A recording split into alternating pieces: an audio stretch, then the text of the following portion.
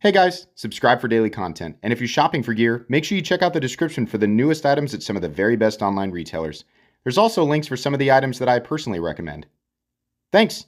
What's going on YouTube? Metal Complex here, and today I have a very cool custom knife overview and presentation to share with you guys. This is the Meades Knives Swordfish. Now, this, to my understanding, is a prototype custom, and I think there's only two in existence, but this is eventually going to be, one of the models that he offers.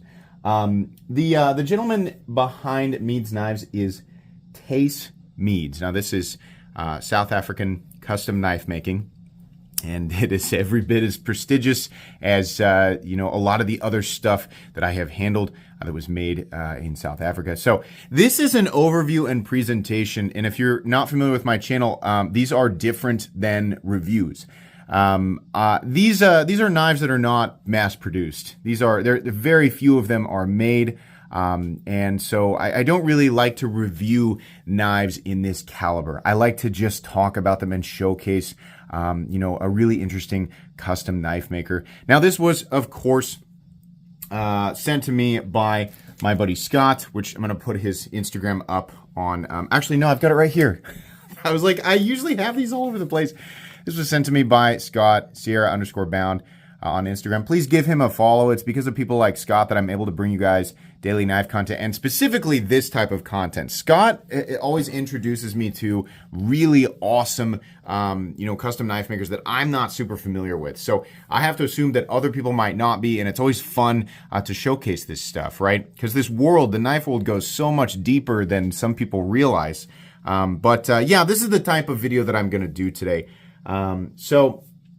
It's my understanding that Mr. Meades recently recovered from some pretty serious stuff in the hospital. So I just wanted to say, happy that that all worked out. So yeah, I went to his Instagram and saw that. So sorry to hear that, but I'm happy that things are working out. You guys can check out his Instagram here, actually, at Meades Knives, right there. Make sure that you give him a follow.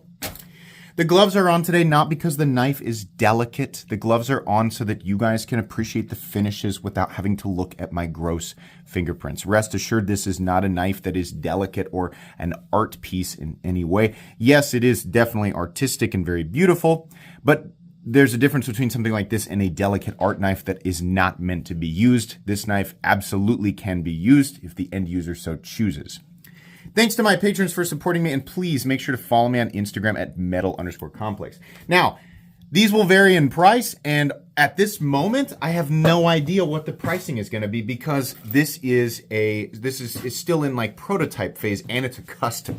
So, given that you will have a lot of different options, the price could be all over the place. One thing is for certain, it will be expensive. It's, that's justified, absolutely, but it will definitely be expensive. I'll make sure that everything is cleaned off there.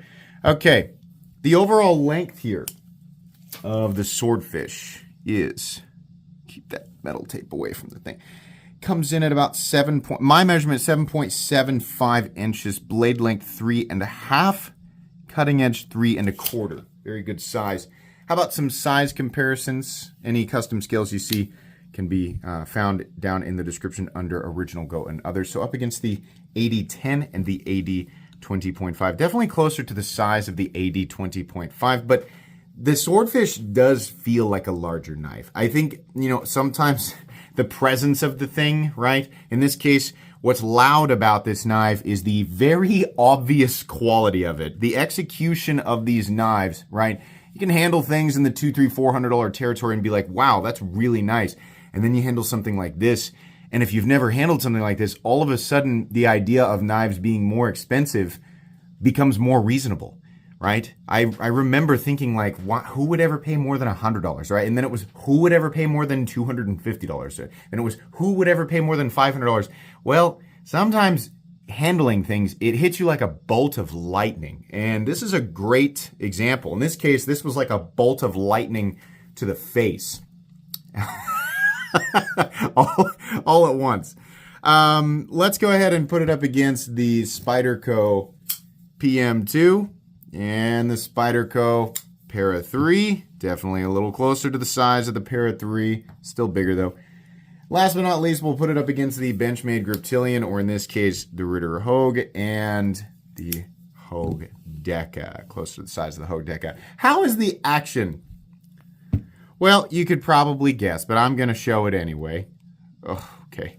Wearing gloves, so you're going to get caught in the thing there, but how about we just...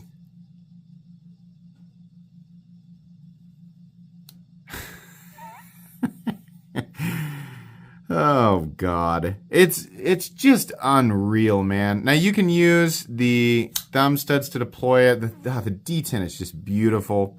I think you can also use this very low profile flipper tab. You absolutely can, but it's like almost non-existent there. The action's perfection. It's beyond perfection. I mean, like, perfection was a few checkpoints back.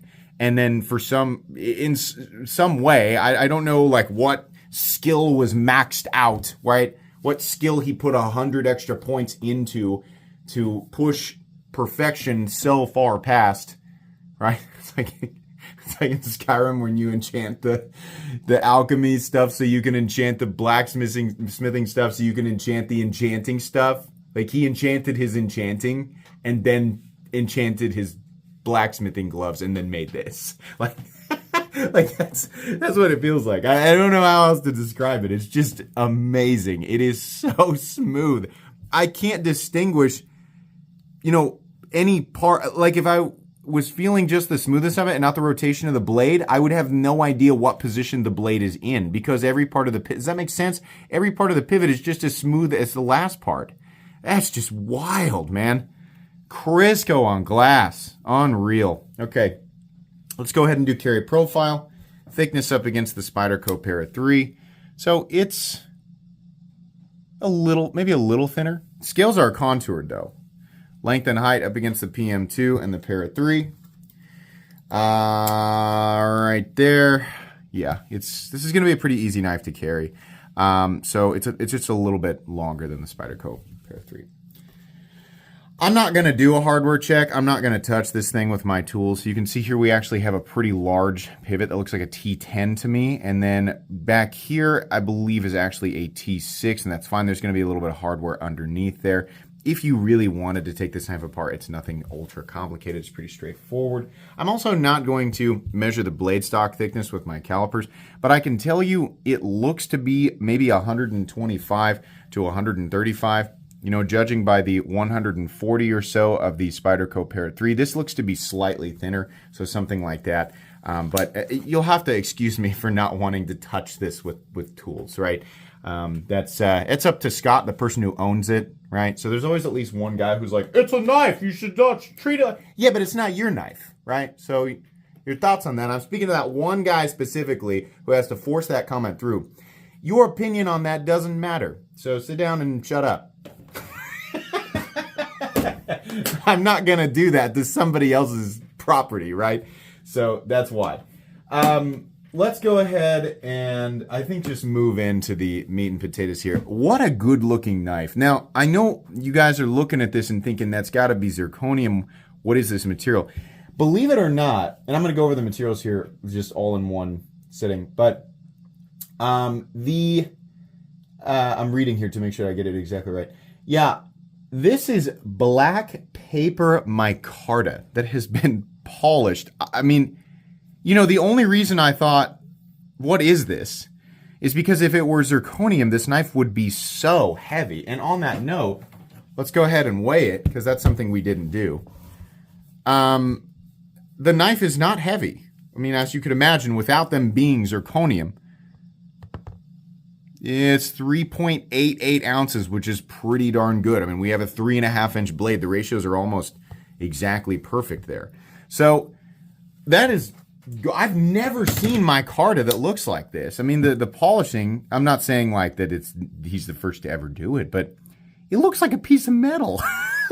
It's beautiful. And look how we've laid this in, right? It follows the chamfered lines of the scale behind it, that's vapor blasted titanium, by the way. And then back here, it sort of starts to curve its own way, right? It widens out a bit, and then the chamfered edge right here is a little bit different, right? So cool. The lines on this knife are just beautiful. Love the pocket clip, a little bit different there, right? Still a milled piece of titanium. So what we're looking at for the backspacer is boomerang copper, which is not something that I have ever heard of. We have layers of copper within there. So San Mai style with the main core right there down the spine. That is gorgeous. That is just absolutely unreal. We have RWL 34 for the blade, which is very, very commonly used in custom knives. Number one, because of its incredible balance as a user steel. Very similar in performance to CPM 154, but also because of the finishes that can be applied to it. That you'll find that RWL 34 is very, very commonly used when we territory. RWL 34 is also, fun fact, one of the compositions that's used in Damasteel for partially the same reason. So, anyways, and then zirconium thumb studs. Nice copper pivot color as well, I believe. Yeah, just want to make sure there. Sorry, I've got his notes off to the left here. It's always a good idea to keep the notes handy. What I think is really cool is the subtle mirror polishing of the swedge. That just really ties it off. I gotta say the contrast here, because we have a beautiful hand rub satin finish on the blade that's just absolutely stunning. But had he mirror polished the whole blade, it would have been cool, but I think it's really neat that just the swedge is mirror polished. The contrast there is cool. And, you know, we have a subtle tanto here. It's an otherwise, you know, kind of basic blade shape, but what makes it interesting are these little teeny tiny details. I mean, this is the kind of stuff that people look for in this territory, right? If you're interested in buying something like this, you're far beyond the need of utility, right? If you're looking at this and considering buying it, you have already got utility figured out. You figured out utility a long time ago. The utilitarian elements of this knife are absolutely present, but you're looking for those little details. I just think that's spectacular. It's beautiful. On top of that, we got to talk about ergonomics because, man, they're just perfect. I mean, we still have essentially classic knife lines here. There's a little bit of Sebenza here. There's a little bit of some other things that, you know, people are familiar with. But the styling, the personality here is totally unique. It's absolutely, you know, unique to this blade or unique to this maker. And Tace, I believe, is how we pronounce his name. Yeah, it's Thys, but Scott has noted here it's pronounced Tase. So Tace Meades. Really, just absolutely stunning. And the contouring of these overlays, these scales here, are just perfect. It's very smooth and very slick, but the lock-in, right, the area where you're going to put your index finger, because there's no reason to put it up here in the forward choil, the lock-in here is just beautiful. The pocket clip, while it is sort of, you know, squared off 90-degree angles and maybe slightly pokey, really the bill is so flat that you're not going to notice it hardly at all. I can get a full purchase on this guy, index finger in the standard position here, and then I've still got a little bit of room towards the edge. So, yeah, if you did want to take this out and use it, you absolutely could. The thing will absolutely hold up. We have a titanium. I'm going to call this a frame lock with overlays, not a liner lock, because that's really, you know, what we've got going on here. These would be really thick liners. But the geometry of the lockup is just absolutely perfect, and we can see here the actual engagement is about 50%, right? So that's very good. There is absolutely no lockup or blade play at all. There's also no hint of lock stick. No pivot lash or anything like that. Beautiful. I cannot express the amount, like the smoothness of this. I did it slow, but I mean, yeah, I can turn it and have it fall. It needs no help whatsoever. And it's also absolutely perfectly centered. Just gorgeous. No detent lash, anything like that. Pivot, the stop pin, we can actually see if I can get the light to bounce off of it right there. Is fixed in position. Is riding on a channel within the blade. Very beautiful. This is quite the stunning piece. If you're not familiar with Meades Knives, then I would suggest that you follow him on Instagram and check out some of his other stuff. A lot of what he does apparently is smaller, sort of gentleman's folding knives, but you could call this, I would call this a larger gentleman's knife, but it would also work as just a super, day-to-day cutting tool. I do like the subtle tanto. I wonder if he would do a version that's just a continuous rounded edge. I'm sure he would, right?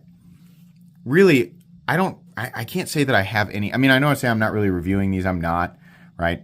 Because this is like custom craft, right? So these makers, they make what they want to make, right? This guy has already got the quality end of it figured out. He's obviously doesn't need feedback on his quality. It's there, right? It doesn't. You don't have to be a reviewer, right, to be able to pick this up and go, yeah, the quality's there. So my feedback saying, oh yeah, it's definitely high quality. I'm not sure how much that means to him. But if he's watching Taste Meades, that's so unbelievably obvious to me, and you're clearly confident in your product and your work, right? So I think this is fantastic. This is gorgeous, and I'm so glad that Scott introduced me to your knives, and I'm happy to share with other people. I think these are really nice. I don't know that there's really anything else to say here, guys. I hope you enjoyed this overview and presentation.